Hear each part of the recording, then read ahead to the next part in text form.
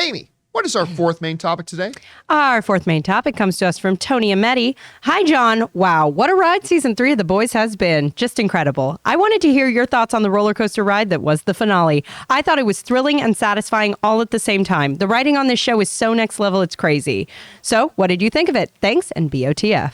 Listen, we have been, as fans, so spoiled the last couple of months with Umbrella Academy dropping, I'm still only halfway through Umbrella Academy.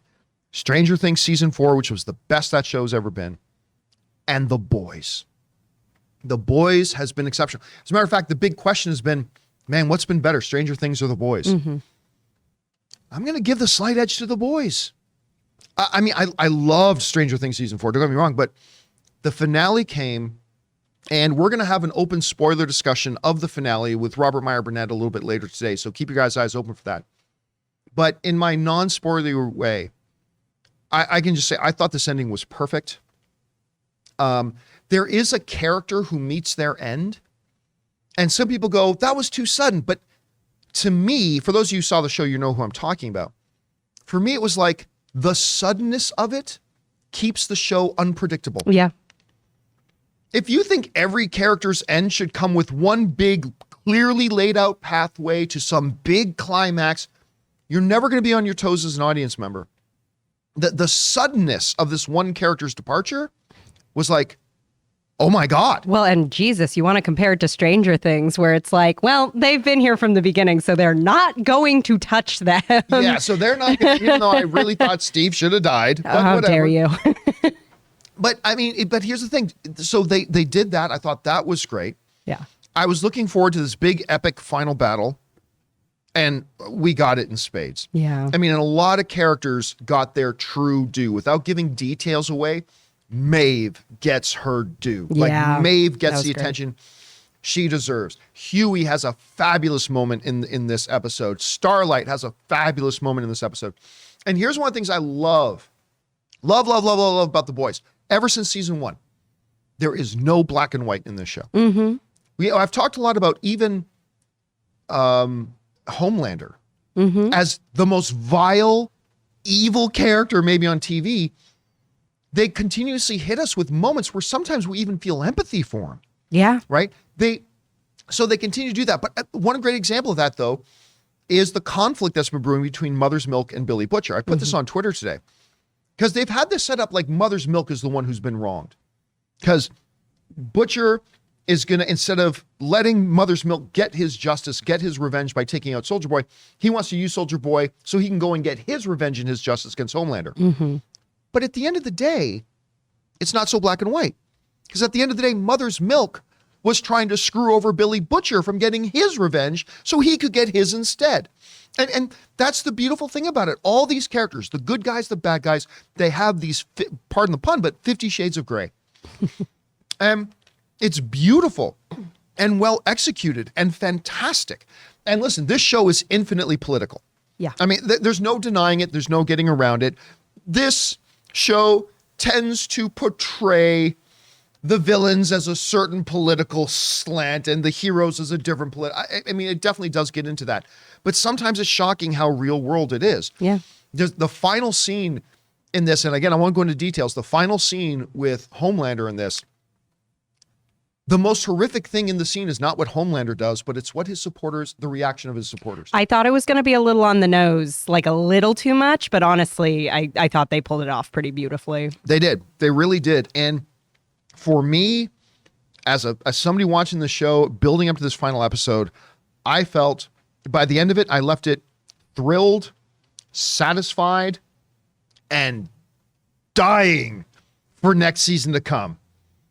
Well, I mean, when the final line is, without any context, when the final is, well, that bitch's got to go. I'm like, oh, please let there be an episode next week, but there's not. You got to wait for a year. Anyway, Amy, you got all caught up on The Boys. You had a chance to see the finale. Without specific details, what were your impressions of the episode? Yeah, I loved it. I think I've been pretty honest on the show that I like this show. I don't know if I have the love for it that some people do. That said, I thought this was a pretty damn perfect season finale. like pretty just, and we've been talking a lot lately about shows with sort of funky pacing where you get up to that ending. I love Stranger Things. I'm a diehard Stranger Things fan. You want to compare finales? That one, the pacing just felt all over the map. Things were taking too long and then happening so quickly, and you felt a little lost at moment. This had that perfect finale. So much happened, and the pacing was so quick, but I never felt rushed. It just felt like everything got its moment, exactly as much time as it kind of needed to honor, giving each character sort of their moment and their thing and wrapping it up. And like I said, I thought the political stuff landed really, really well. And I thought it almost felt like there were too little, and here's what's coming next, and here's what's coming next. And I thought they both just landed beautifully and made me go, okay, I am hyped for season 4. I don't know where they're going with this, and I'm looking forward to seeing it. And I got to say too, with the end of this season, Soldier Boy. I mean, look, I'm a Jensen Ackles fan because I'm a huge Supernatural guy. I'm a huge Supernatural guy. So I was kind of hoping, please be good, because I don't want to just like you being in it because it's you. The character was great, and he was great playing the character. So good. And when you got to that revelation at the end of the second to last episode, when he reveals to Homelander, I'm your dad, you're like, where's this going to go? And they actually play it. Well, again, without giving any details, they play it, and different things that Soldier Boy has said at different points in the episode and in the season come back into play and get called back in ultimately confrontation with Homelander. And it was so well written. That's the thing. The writing on this show is so incredibly good. And as somebody who is quite often feeling kind of let down by the finales of a lot of Disney Plus shows and other shows too, man, it felt good to come into this and really see them stick the landing on the season. Well, it felt like they wrote a show for the amount of show they had. With Disney Plus, sometimes it feels like or even Stranger Things, it's like you had an hour and a half. How do I still feel like you didn't have enough time? And it was so satisfying just to see one where it was like, yes, you perfectly timed every arc to hit that moment right when it needed to. It didn't feel like it caught you by surprise of the writers were going, oh, this is the finale.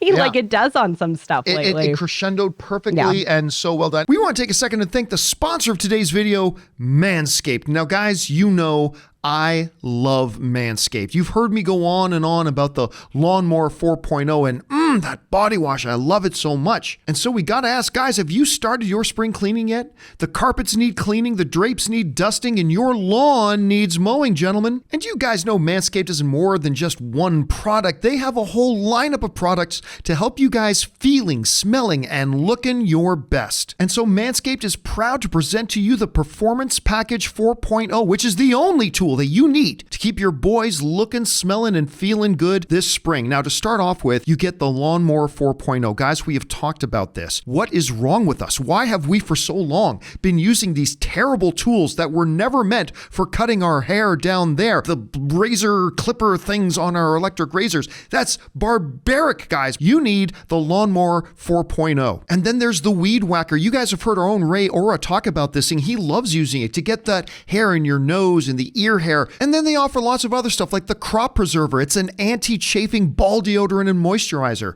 The Crop Reviver. It's a spray-on toner for your balls. And of course, they've got the perfect grooming tool for your face with the Plow 2.0, the perfect razor for the finest shave on that face. So guys, get 20% off plus free shipping with the code CAMPEA. That's CAMPEA at manscaped.com. That's 20% off and free shipping with the promo code Campea at manscaped.com. It's time to throw out your old hygiene habits and upgrade your life.